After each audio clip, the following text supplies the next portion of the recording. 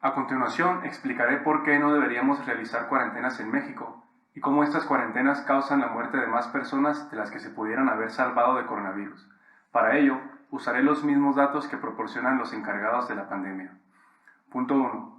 Evitar saturación hospitalaria. Hay que destacar que la única razón para imponer cuarentenas es evitar la saturación hospitalaria. Mi argumento es el siguiente.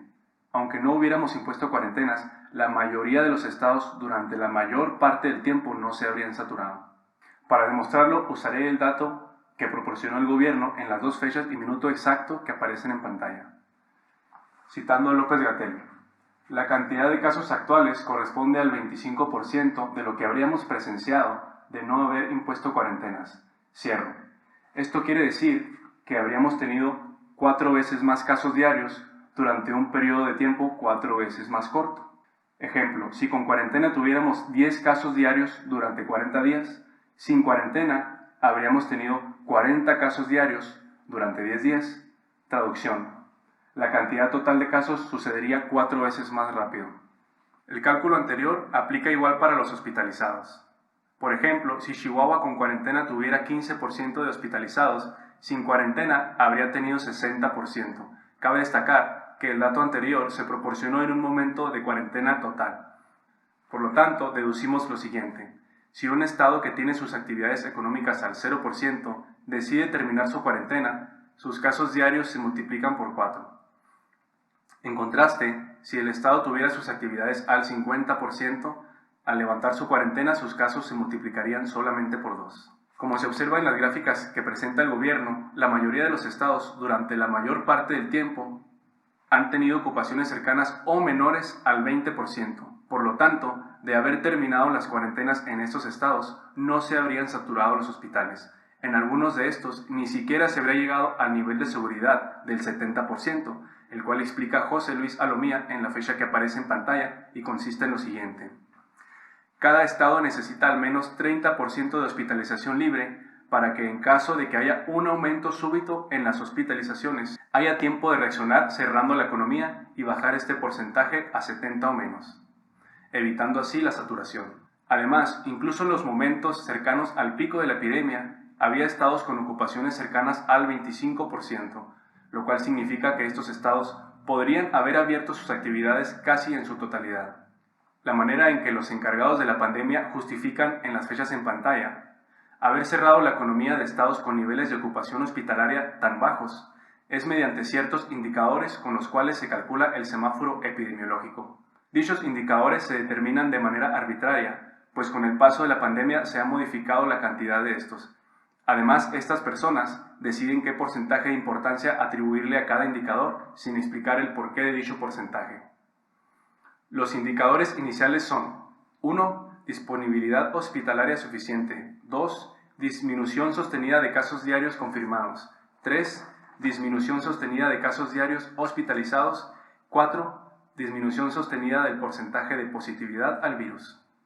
Durante una parte de la duración de la pandemia, como se explica en la fecha en pantalla, para que un estado pudiera liberar su economía debía cumplir con los 4 indicadores. Por ejemplo, si había estados con ocupaciones hospitalarias alrededor o menores al 15% y cumplían los indicadores 1, 3 y 4, pero en lugar de tener una reducción sostenida de los casos diarios confirmados, tenían un aumento de estos, por más mínimo que fuera este aumento, y aun cuando este aumento de ninguna manera pudiera desencadenar la saturación hospitalaria, los encargados de la pandemia seguían forzando la cuarentena en estos estados.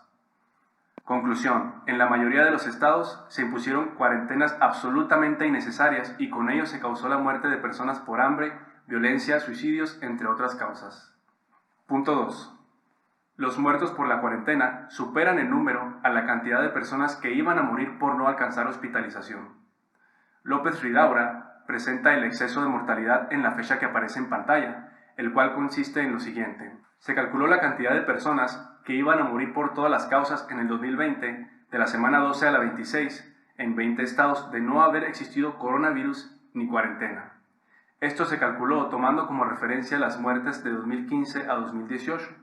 El resultado es que para ese periodo en esos estados se esperaban 130.763 muertes, y en lugar de ello, gracias a la cuarentena y al coronavirus, se observaron 202.077 muertes, es decir, 71.315 muertes más de las esperadas. Hay que destacar que de esas 71.315, solamente 22.367 eran de coronavirus. Por lo tanto, las 48.948 muertes excesivas restantes se debieron a la cuarentena. Causar la muerte de 48.000 personas solo habría sido justificable si con ello se hubiera salvado la vida de un número mayor de personas. Por ejemplo, causar la muerte de 48.000 personas para salvar la vida de 200.000 sería justificable. En contraste, causar la muerte de 48.000 personas para salvar la vida de 1.000 no sería justificable. La pregunta correcta es la siguiente: ¿cuántas personas salvaron su vida de coronavirus a consecuencia de causar la muerte de 48.000 personas por la cuarentena? Para calcular esto, usaremos el dato que proporciona Gatel en la fecha exacta que aparece en pantalla. Dicho dato consiste en lo siguiente, citando a Gatel: el porcentaje de personas que sobreviven a la hospitalización sin saturación de hospitales es del 64%. Cierro. En otra ocasión, de la cual no recuerdo la fecha, Gatel asevera que este porcentaje es de 67%. Para el siguiente cálculo, redondeamos este dato a 65%. Por lo tanto, concluimos que el porcentaje de personas que fallece a la hospitalización sin saturación de hospitales es del 35%. Regresando al exceso de mortalidad, suponiendo que todas las defunciones COVID ocurrieran en hospitales y dirigiendo los números en favor del COVID, podemos decir que esas 22.367 personas corresponden al 35% de personas que no sobreviven a la hospitalización. Por lo tanto, podemos decir que el peor escenario posible sería aquel en el cual falleciera el 100% de personas con características de hospitalización, es decir, 63.906 personas. Conclusión: opción 1, con cuarentena mueren 22.000 personas de COVID y 48.000 por la cuarentena. Total, 71.315. Opción 2, sin cuarentena mueren 63.906 personas de COVID y nadie muere de cuarentena. La diferencia, 7.409 muertes. Es decir, la cuarentena, en lugar de disminuir la cantidad de muertes por todas las causas, incluido COVID, aumentó esta cantidad en 7.409. Tal parece que estuvo peor el remedio que el problema. Para los dos puntos anteriores, asumí que los datos presentados en las conferencias son 100% confiables, lo cual a continuación voy a desmentir. Punto 3. Los datos no son confiables debido a que, según la opinión de grandes científicos y especialistas alrededor del mundo, como Susharit Bhakdi, Wolfgang Wodarg, Rashid Buttar, entre otros, aseguran que la prueba PCR, la cual es el estándar mundial para detectar la infección del coronavirus, también puede resultar positiva a otros virus como el resfriado común. También estos profesionales, además del mismo López Gatell en la fecha en pantalla, aseveran que la PCR resulta positiva a residuos de material genético que la persona tenga en su garganta semanas o meses después de haber sido infectada. La pregunta es: ¿por qué utilizamos esta prueba para determinar la infección si la prueba no puede distinguir entre coronavirus, residuos de material genético y otros virus como el resfriado común? Además de lo anterior, los datos no son confiables debido a la manera en que se registran o atribuyen casos y defunciones al COVID. A continuación, algunos ejemplos. 16 de mayo. Gatell, cito: las personas que fallecen con signos y síntomas de COVID, ya sean los clínicos o los radiológicos, deben ser considerados como probable COVID, de acuerdo al lineamiento del 13 de abril conforme a las recomendaciones de la OMS y la Clasificación Internacional de Enfermedades. O sea, los que fallecen con síntomas de neumonías deben ser considerados como probable COVID. Los certificados deben llenarse con causa presunta de muerte que sea COVID. Cierro. Es decir, que de todos los virus del planeta que pueden causar una neumonía, la muerte se atribuye al COVID sin realizarse la prueba. 27 de mayo. Gatell. Certificado de defunción. Cito: si el enfermo tiene síntomas de COVID y sale positivo a la PCR, la causa es COVID. Cierro. Por ejemplo, una persona con diabetes que tiene un solo síntoma como tos puede salir positiva a la PCR solo por tener residuos de material genético. Es decir, se le confirma la defunción COVID sin tener la infección. 27 de mayo. Gatell. Cito: correcto llenado de actas de defunción por los lineamientos del Centro Internacional de Clasificación de Enfermedades que coordina la OMS. La persona fallece con diagnóstico pendiente y debe ponerse causa probable COVID. Cierro. Es decir, se confirma la defunción COVID sin confirmarse la prueba, solo por tener un síntoma. Cito: si la persona muere en su casa o antes de llegar al hospital sin prueba confirmatoria, se pone COVID o probable COVID. Esto está obligado por los lineamientos. Cierro. Es decir, con un síntoma se confirma la defunción por COVID sin realizarse la prueba. 13 de junio, Gatell. Cito: cuando se detectan casos de COVID a los que aún no se les hace la prueba, sino que se les reconoce por sus condiciones clínicas, cierro. Esto es un argumento circular, puesto que se está dando por hecho que el caso es COVID solamente por tener un síntoma. Continúo. Gatell. Los médicos identifican estos casos, cierro. O sea que los médicos deciden si la persona tiene o no COVID. 4 de julio, Gatell. Cito: sin haber confirmado por laboratorio la causa de la muerte, se debe poner probable COVID o simplemente COVID. Lineamiento de la Secretaría de Salud, Clasificación Internacional de Enfermedades, emitido el 13 de abril. Cierro.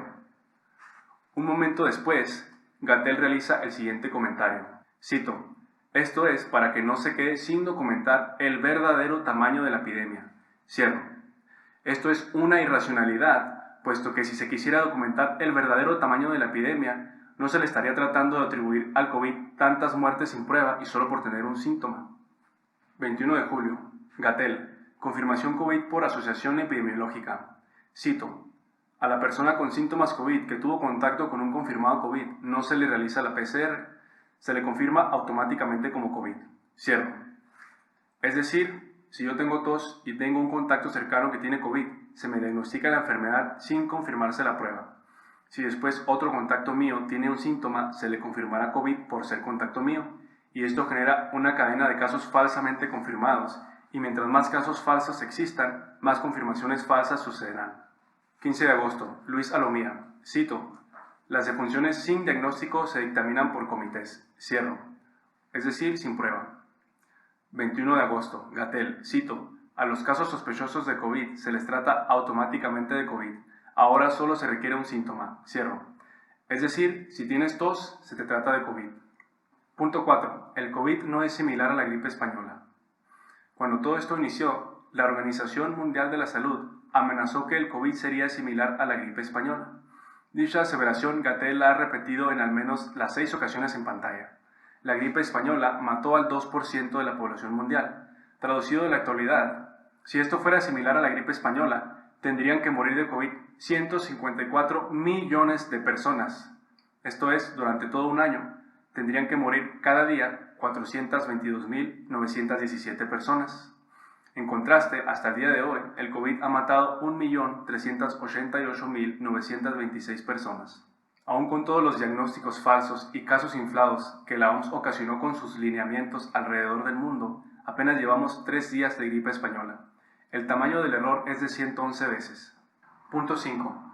Para los siguientes argumentos, debido a que no tengo conocimientos de economía, me limitaré a citar al economista argentino Javier Milei en su libro Pandenomics, un trabajo econométrico realizado por Robert Barro, José Ursúa y Johanna Wenck.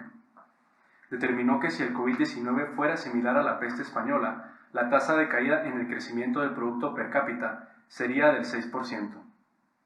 En concreto, de lo que trata esta sección es de que por un lado estas personas y por otro el Fondo Monetario Internacional llegan a la conclusión de que los daños económicos del COVID son similares a los de la fiebre española. Y citando a Javier Milei, y dado que el virus mostró una letalidad al menos 156 veces menor, el origen de la retracción es la cuarentena y no la fraudemia. Puesto en otros términos, dado que las muertes por COVID-19 serían del 0,013% para todo el mundo, la tasa de crecimiento del PIB per cápita debería haber caído en 0,038%. De este modo, la cuarentena mundial es la responsable del 99,27% de la caída del PIB. Punto 2. Estudios de la Organización Mundial del Trabajo estimaron que durante el primer trimestre del año se perdieron 4,5% de las horas trabajadas en el mundo, lo cual implica que se perdieron 130 millones de puestos de trabajo, mientras que frente a una pérdida de 10,5 horas durante el segundo trimestre del año, la cantidad de puestos laborales que se han perdido llegan a 305 millones. Javier Milei explica que el salario promedio en el mundo ha caído un 60% y que el porcentaje de trabajadores informales que se hallaba por debajo de la línea de pobreza en el mundo pasó del 26 al 59%.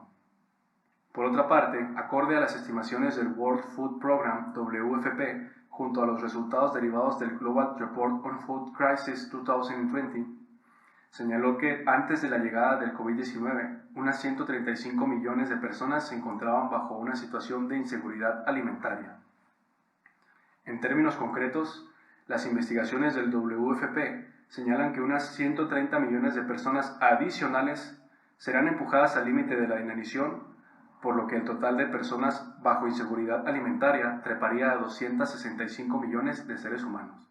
Según Javier Milei, en función de los estudios del WFP, en el mundo estarán muriendo de hambre 300.000 personas cada día durante al menos un lapso de 3 meses, dando un total de 27 millones de personas muertas de hambre gracias al modelo de cuarentena impulsado por la OMS. Mensaje final. Si no reaccionamos ahora, el futuro inmediato va a cambiar.